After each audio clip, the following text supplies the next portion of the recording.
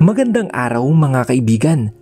Samahan niyo po akong muli para sa isang kwento ng pag-ibig na tiyak nakapupulutan ng aral at magpapaantig sa inyong mga puso. Pero kung bago ka pa lamang, ay pakilike po ng ating video. Pakiclick ng subscribe button, gayon din ang bell icon para lagi kang updated sa mga susunod ko pang upload.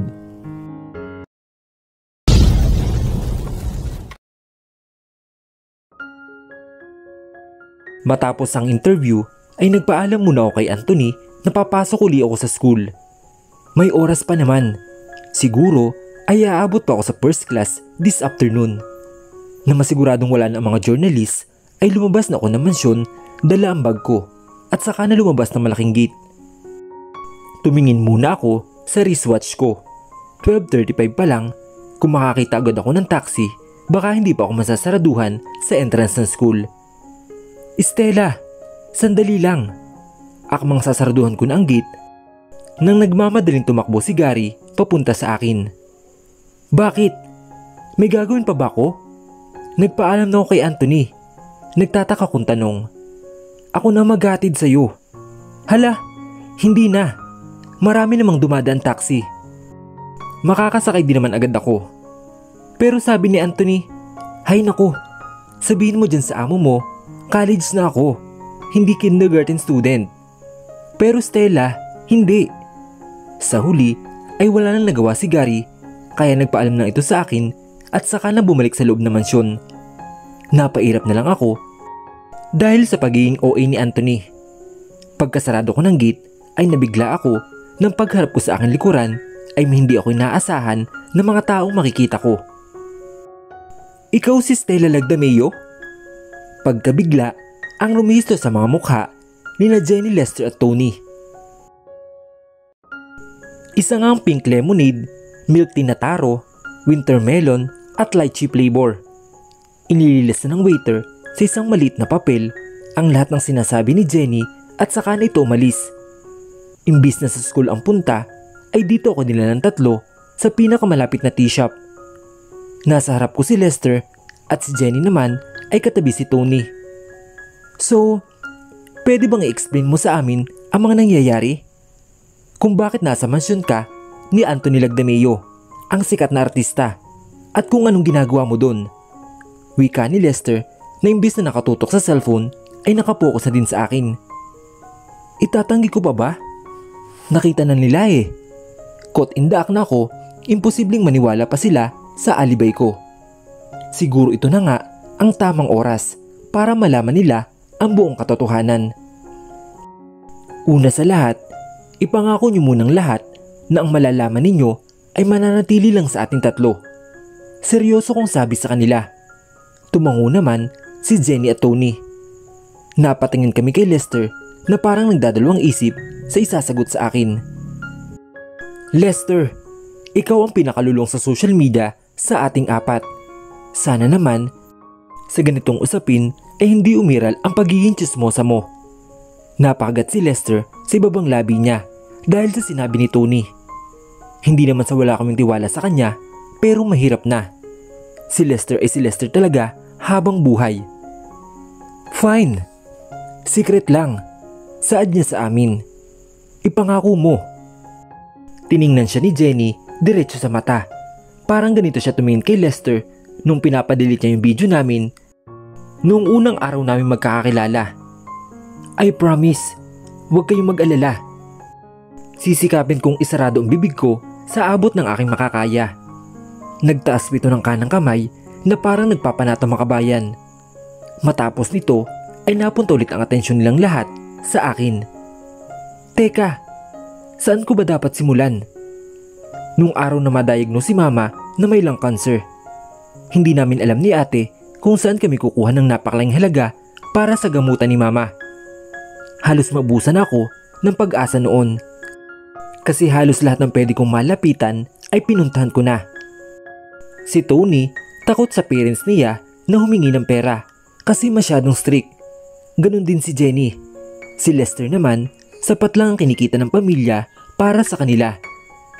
Nagkatinginan silang tatlo nang maalala siguro yung panahong kinausap ko sila kung pwede bang makahiram ng pera. Si ate naman, ganun din. Tapos isang araw, nasa coffee shop ako, ay nakilala ko si Anthony. Well, hindi naman sa coffee shop talaga. Wait, I know that part. Yun ba yung hinalikan ka niya? Wika ni Lester na nagniningning ang mga mata. Tumango naman ako. Talagang nasulupan niya lahat ng sinabi ko noon sa interview sa isang TV show. So ayun nga, iniwan ko lang siya doon dahil sa sobrang kahihiyan, tapos kinabukasan hindi ko mahanap ang ID ko kaya hindi ako nakapasok. Dahil nga mapaglaro ang tadhana, nasa kanya pala ito. Tapos dinala niya ako sa mansyon nila and inalokan niya ako. Inalokan ng ano? Magkakapanabay nilang tanong. Na maging peking asawa niya sa loob ng 3 buwan kapalit ng isang malaking halaga. Natulala silang tatlo dahil sa narinig mula sa akin. Halata sa mga mukha nila na hindi sila makapaniwala. Halos pasukan na din ng langaw ang bibig nila dahil nanatili ito nakabuka. Bakit daw? Nang mahimasmasan si Lester ay bigla na lang itong nagtanong. Kasi may gusto sa kanya si Bea at ang tanging paraan lang daw niya para lubayan siya nito ay ang maikasal kami. Tugon ko naman sa kanya. Sandaling nabalot ng katahimikan ang table namin. Kung nasaan kami ngayon, mabuti na lamang ay walang masyadong tao sa tea shop. Maya-maya lamang ay dumating na ang waiter na humingi ng order namin kanina at inilapag niya ito sa lamesa namin. Kanya-kanya silang higop sa milk tea nila habang ako ay pinapanood na lamang sila. Estela, bakit hindi mo agad sinabi sa amin? Tanong naman ni Tony. Napatingin ako sa sahig dahil hindi ko yata makita ang galit sa mga mukha nila. Kasi kailangan, sabi ni Anthony, dapat kami lang ang makakalam ng lahat. At saka, problema ko to guys. Ayaw kong madamay kayo sa kagagahang pinasok ko. Alam ba to nila Tita Ganda at Ate Angel? Umiling ako bilang sagot sa tanong ni Jenny. Narinig ko ang sabay-sabay nilang pagbubuntong hininga. Siguro ngayon ay inisip na lang nila na wala akong kwentang kaibigan, na hindi ako dapat pagkatiwalaan dahil napakasinungaling ko. Naiintindihan ka namin. Agad na nag-angat ako ng tingin sa sinabi ni Lester. Nasilayan ko ang mga nakangiti nilang labi na kapwa nagsasabing kasama ko sila sa laban na ito. Talaga? Kandautal kong tanong. Oo naman, kaibigan ka namin Stella at parang kapatid na din. Lahat ng laban mo ay kasama mo na kami. Tugon naman ni Tony. At saka, sino ba bang makakaintindi sa'yo bukod sa amin at sa pamilya mo? Saad naman ni Jenny. Lumawak ang ngiti ko dahil sa mga sinabi nila. Kahit pala ang sama ko sa kanila, ay handa pa din nila ako na tanggapin. Kaya sana, kapag may mga ganito kang problema, ay sabihin mo agad sa amin. We're always on your back, sabi ni Jenny. At saka sila tumayong dalawa ni Lester at pumunta sa likuran ko at niyakap ako. Maging si Tony na nasa tabi ko. Sa mundong ito, maswerte ka kung makakita ka ng mga tao na hindi ka kailanman iiwan sa mga oras ng tagumpay o kahit sa mga oras ng kabiguan. Ang paglalakad kasama mga kaibigan sa madilim ay mas mahusay pa kaysa sa paglalakad ng mag-isa sa liwanag. Wow! Para ka palang prinsesa dito sa mansyon ni Anthony. Namamanghang wika ni Lester habang inililibot ang paningin sa kabuuan ng mansyon. Bala ko sana silang ipakilala kay Anthony. Naku, siguradong kapag nakaharap na nila ay hindi sila makapagsalita dahil nakatunlang ang pansin nila sa mukha ni Anthony. Sabay-sabay kaming napatingin sa may bandang hagdan nang may madinig kami na tahol ng aso doon. Bahagya akong umupo para salubungin ang tumatakbong si Botchik papunta sa akin. Hello baby, namiss mo ba ako? Hinaplos-haplos ko ang balahibo niya habang siya naman ay dinidilaan ang mukha ko. Aw! Aso mo ba to? Bahagya ding umupo si Tony at hinaplos din si Botchik na tuwang-tuwa naman makakita ng mga bagong mukha. Who the heck are these people? Bigla na lang kaming napatingin sa hagdan kung saan nakatayo si Anthony habang nakalagay ang parehong kamay sa bulsa. Nakakunot ang noo niya habang masama ang tingin sa mga kasama ko. Pasensya na kayo sa inasal ko kanina. Ayaw ko lang kasi na may ibang taong tumutungtong sa mansyon, lalo na kung walang permiso ko. Mahinahong wika ni Anthony. Kumakain na kami ngayon ng hapunan, kasama pa din ang mga kaibigan ko. Akala ko nga ipapakaladkad niya palabas kanina sina Jenny na makita niya kami magkakasama sa lobby. Mabuti na lang ay kumalma siya nang sabihin ko mga kaibigan ko sila. Noong una ay medyo naiinis siya, pero sa huli ay wala na siyang nagawa kundi ang kilalanin sila Jenny, si Lester at si Tony. Okay lang. Ano ka ba? Ang gwapo mo talaga sa personal, saad naman ni Jenny, habang hindi maalis ang tingin kay Anthony. Kanina din ay parang natuod sila sa kinatatayuan nang lumapit na sa kanila ang lalaking ito. Hindi ko na ata mabilang sa daliri sa kamay kung ilang beses nilang binanggit ang salitang gwapo simula pa kanina. Nagmistula tuloy na ribulto si Anthony kanina na sinasamba nila. What do we have here? Napunta ang tingin namin sa nagsalita mula sa pintuan ng dining. Napaikot na lang ang mata ni Anthony na makita kung sinong naroroon. Hindi niya ito pinag-aksaya ng oras para batiin at bumalik na lang sa pagkain. Are you blind? May mga mata ka naman siguro para malaman sa mga tao ang mga kasama namin. Pamimiloso po naman ni Anthony. Napanguso naman si Gary at saka naglakad papunta sa amin at umupo sa katabi kong upuan. Kailan ka ba magiging mabait sa akin, Anthony? Sa ilang taon nating pagsasama, hindi ko malang naramdaman ang pagmamahal mo. Natawa naman ako sa paraan ng pagsasalita ni Gary. Para siyang bata na pinagilitan ng nanay. Shut the fuck up! Can you please stop making that face? You look like a duck. Narinig ko ang pagtatawanan ni Lester dahil sa sinabi ni Anthony. Sinama naman sila ng tingin ni Gary.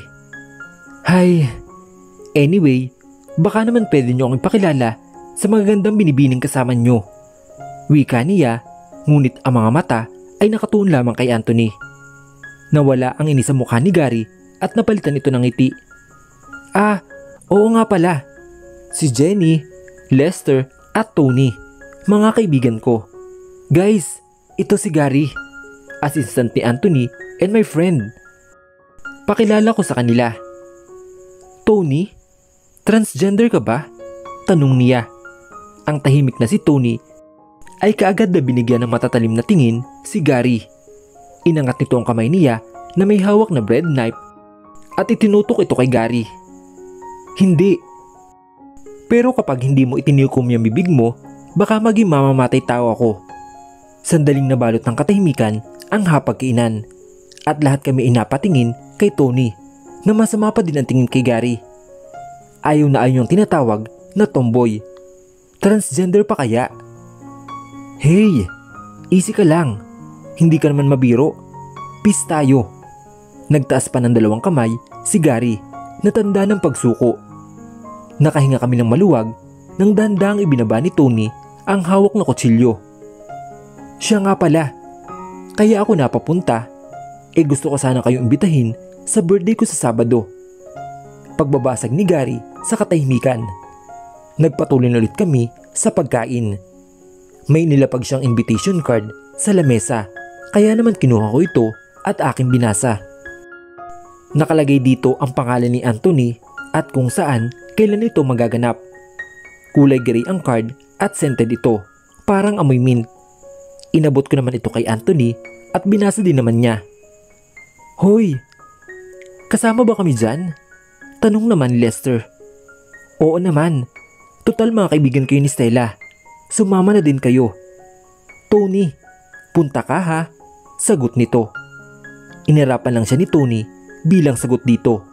Pero itong si Gary ay napakalawak pa din ng ngiti sa kanyang labi. Parang hindi takot mamatay ng maaga. Matapos ng hapunan ay nagpaalam na sila ni Jenny na uuwi na dahil medyo dumidilim na. Nag-ipon-ipon kaming lahat sa labas kung saan naroroon din ang sasakyan ni Gary. OMG! This is the best day ever. Thanks, Stella. Nakilala namin itong si Anthony. Tuwang-tuwang sabi ni Lester. Oo naman. Sa susunod, pwede kayo ulit mamasyal kung gusto ninyo. Tugon ko naman. Pwede bang mag-selfie tayo? Upload ko lang sa Instagram. Wika ni Lester habang kinukuha ang phone niya sa kanyang bag. Oy, sali nyo naman ako. Saad ni Gary at pumunta sa likod ni Tony. 1, 2, 3. Nakatatlong picture din kami. O siya, mauna na kami. Stella, see you tomorrow na lang. Nilapitan ako ni Jenny at niyakap ako.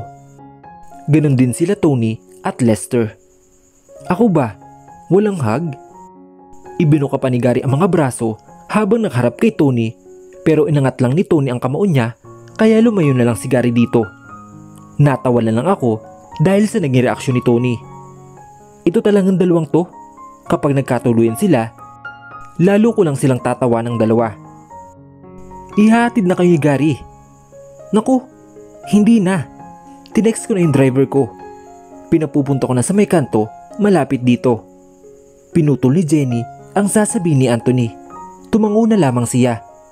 Naglakad na sila, papaalis, at kumuway pa muli sa amin bago na tuluyang mawala sa paningin namin. Pumasok na si Anthony sa loob habang naiwan naman kami ni Gary dito sa labas. Stella, pinagliba sa tigre yung isa mong kaibigan? Tanong niya. Kinunutan ko naman siya ng noo. Sino? Si Tony ba? Paano mo naman nasabi? Para kasing gusto na akong kainin ng buhay kanina. Tinapi ko naman ang balikat niya. Naku, ganun na lang talaga yun. At saka, mabait naman siya. Hindi lang siguro nagustuhan yung sinabi mo kanina. Tawagin mo ba namang transgender? Sorry na. Bakit ba naman kasi panlalaki yung pangalan niya? Hushu, ikaw ha, may gusto ka sa best friend ko no? Pagkasabi ko nito ay para bang nahiya siya at nag-iwas ng tingin. Teka, nagbablush ba siya? Hay naku, basta ang payo ko lang sa'yo Gary, may pagkaboys siyang si Tony. Baka bigla ka nalang upakan niya, kaya mag-ingat ka sa mga pananalita mo. Napakamot naman siya ng ulo. Oo, alam ko yun. Mahal ko ang buhay ko no? At saka, imposibleng hindi ko siya mapaibig sa charm ko. Nagpogi sign pa ito at kumindat. Tinuwanan ko lang siya at hinampas ng mahina sa braso. Nahahawa ka na ata kay Anthony. Umuwi ka na nga. Gabi na oh. Oo na. Hindi na ako nakapagpaalam kay Anthony. Pasabi na lang na umalis na ako. Naku, kahit sabihin ko ay wala namang pakiyon. Kumaway na ako sa kanya at sumakay na siya sa sasakyan. Tinanaw ko lang ang sasakyan niya na makalabas ng gate hanggang sa unti-unti din itong nawala sa paningin ko.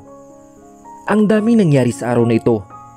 Akalain mo nga naman, may pag-asa palang magkasyota si Tony. Ever since kasi walang nanliligaw doon kasi takot lahat ng lalaki sa kanya. Panatag naman ang loob ko na si Gary, ang kauna-una ng lalaki na susubok na mapaibig siya. Gary is a nice guy. May pagka-childish nga lang minsan, pero alam ko, kung sakali man na maging sila, nasa tamang tao si Tony. Pumasok na ako sa loob at dumiretso na sa kwarto namin ni Anthony para magpahinga. What the? Bakit ba kasi hindi pa maghiwalay ang dalawang yan? Hinawi lahat ni Bea ang mga gamit sa kanyang lamesa.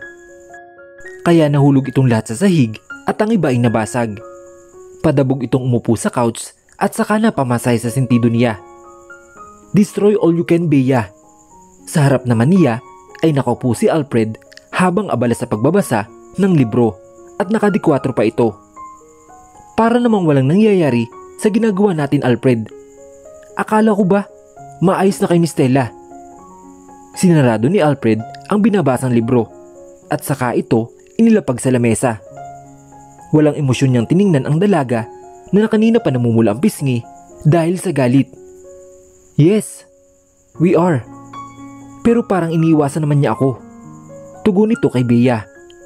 Napairap na lang ang babae at kumuha ng sigarilyo mula sa drawer sa ilalim ng center table. Sinindihan naman niya ito ng lighter na nasa cabinet din. Oh, I thought you already stopped smoking. Tinalikuran siya ng babae at nagpabalik-balik ito naglakad sa harapan ng lalaki. Natutulungan ako nito mag-isip. Pwede bang umupo ka na lang? Nahihilo na ako sa'yo. At pwede ba na kumilos ka din? Sayang lang yata ang binayad ko sa principal ng school nila Stella para lang tanggapin ka. Ano bang kinakagalit mo? May nangyari naman sa mga plans natin. Ilang beses silang nag-away at nagkalabuan. But that's not enough. Ang gusto ko ay yung maghiwalay sila. Gusto ko yung iiyak si Stella ng sobrang lala to the point na isusumpa na niya si Anthony. Yung totoo nga, Bea, habang buhay ka lang magiging desperada sa isang lalaki. Bea, ilang buwan ka na pinagtatabuin ng tao pero para kang asong buntot pa din ang buntot sa kanya. Tila ba hindi na gusto ni Bea ang narinig mula sa kasama. Wala pang nakakapagsabi sa kanya na mga ganitong kasalita, kundi si Alfred lang. Eh ikaw, nakipaghiwalay ka na nga sa kanya pero gusto mo pa din bumalik, di ba? Pareho lang tayong desperado at desperada, Alfred. Wala tayong pinagkaiba. Iniwan siya doon ng babae at malakas na sinarado ang pintuan ng office niya. Habang si Alfred naman ay naiwan doon na may pilit ng ngiti sa mga labi. Sanay na siya sa ugali ng babaeng iyon. Hindi nga niya alam kung paano niya naging kaibigan ito sa kabila ng pagiging demonyita nito. Kinuha na lamang niya ang libro mula sa center table at ibinalik na lang ang tuon sa kanyang binabasa. Famous na ako. Napatakip kaming tatlo ni Jenny at Tony sa aming mga tenga. Dahil sa nakakabingin tili ni Lester. Para bang mababasag ang eardrums namin sa sobrang lakas ng boses niya. Pinagtitingin tuloy kami ng mga estudyante dito sa may hagdan. Ang daming heart at comments ng picture natin with Anthony. Pagising ko kaninang umaga, umabot na ng 500,000 hearts and 1,000 comments. Inilapit sa amin ni Lester ang cellphone niya at tama nga sinabi niya. Hindi ikaw ang famous, si Anthony. Komento ni Jenny habang nakalukip-kip. Kahit na, pero parang famous na din tayo ha. Bukod sa nakasama natin si Anthony, best friend pa natin ang asawa niya. Shh! Manahimik ka nga dyan. Baka may makarinig sa'yo. Naputol ang sasabihin ni Lester nang takpan ko ang bibig niya at nagpalinga-linga kami sa buong paligid. Ibinaba ko ng kamay ko at humingi ng tawad si Lester. Kahit kailan talaga ay hindi namin makontrol ang boses megaphone niya. Wala ka talaga may tatagong sikreto. Pero maiba tayo, Tony. Mukhang type ka ni Gary. Mapang-asar na wika ni Lester at sinagi pa ang balikat nito. Ano naman ngayon? Ikinayaman ko ba? Baka sa mukha ni Tony na wala itong interes sa pinag-uusapan namin. You're so kill of joy talaga. Yung mga tipo ni Gary ay mga ka-level ni Anthony. Hindi mo ba siya like? O baka naman babae ang gusto mo? Wika naman ni Jenny. Tiningnan namin siyang tatlo. Siya naman ay nagpakawala na ng buntong hininga habang nilalaro ang strap ng bag niya. Baka nakakalimutan nyo. Kapatid siya ni Alfred. Tugon niya. Eh ano naman? Kapatid lang naman. Pero magkaiba kaya sila? Hindi ba, Stella? Oo. Napakabait kaya ni Gary. Bagay na bagay kayo. Pagsang-ayon ko naman sa sinabi ni Lester. And besides, sabi mo nga noon, dapat mag-move on na tayo sa past. This is the present. Dito dapat tayo mag-focus. Matapos naming ihayag ang mga opinyon namin, ay hindi niya kami sinagot. Sa halip, ay naglakad ito palayo sa amin nang hindi man lang nagpapaalam. Hindi. Minsan, may pagkabastos din si Tony. Kinakausap ng maayos, tapos tatalikuran lang kami. Tony, hintayin mo kami. Sigaw ni Lester at sabay-sabay namin siyang sinundan. Saan naman kayo pupunta? Kasalungat na direksyon, papuntang classroom namin ang nilalakad niya. Sige. Ingat kayo ha. Bye. Kumuway na ako sa tatlo kong kaibigan na sinusundo na ng mga driver nila. Ang bilis na tapos na maghapon. Panibagong araw na naman ang matatapos maya-maya lang. Nanatili ako nakatayo dito sa harap ng gate at nasa harapan ko naman ang malawak na parking lot. Nasaan na ba yung driver? Kadalasan kasi ay ito naghihintay sa akin dito sa labas, pero ngayon ay ako naghihintay sa kanya. Biglang nag-vibrate ang phone ko mula sa aking bulsa. Kaya naman kagad ko itong kinuha at binasa ang mensaheng kadarating lang. From Anthony. Sorry, nasiraan daw yung driver na susundo sa'yo. Si Gary na lang ang papupuntahin ko dyan. Just wait for him. Napabusangot naman ako na mabasa ang text ni Anthony. Kaya naman pala, halos abutin ako ng bandila dito, kakahintay at wala pa din dumadating. Hindi man ako makapag-reply kay Anthony dahil wala akong load. Tinago ko na lang sa bulsa ko ang phone ko at humalakip-kip habang nakatayo pa din sa pwesto ko. Ate, may nagpapabigay po. Napalingon ako sa aking kaliwa nang may magsalita ng bata. Nakita ko doon ang isang batang lalaki na madumi ang suot na puting damit. Marungis din ang balat nito, ngunit ang mas nakapuko ng pansin sa akin ay ang hawak niya medium size na pulang gift box. Para sa akin? Itinuro ko pa ang sarili ko at tumango naman siya. Ang weird. Hindi ko man lang napansin na may bata pala dito na nakakapasok. Salamat. Tinanggap ko naman ang regalong iyon at saka na siya tumakbo papaalis. Nakalimutan ko pang itanong kung sino nagpapabigay. Inusisa ko ang labas ng kahon. Wala nakalagay na sulat kung kanino galing. Tanging yellow ribbon lang ang nandito. Binuksan ko na ito at bumungad sa akin ang isang puting rosas. Napatrip ako sa ilong ko nang masingot ang matapang na amoy mula sa loob ng kahon. Parang amoy formalin. Sino naman kaya ang magbibigay ng bulaklak na parang sa patay? Tanong ko sa sarili. Nang mabitawan ko ang kahon ay bumagsak ito sa konkretong kalsada at doon ko lang napansin ang isang papel sa loob nito. Bahagya akong tumuwad upang pulutin ang kulay puting papel. Nanlaki ang aking mga mata na mabasa nakasulat dito. Do you like my present for you, Stella? I know that it's too early for this celebration, but I am so excited to greet you. Rest in peace, Stella. I will never miss you.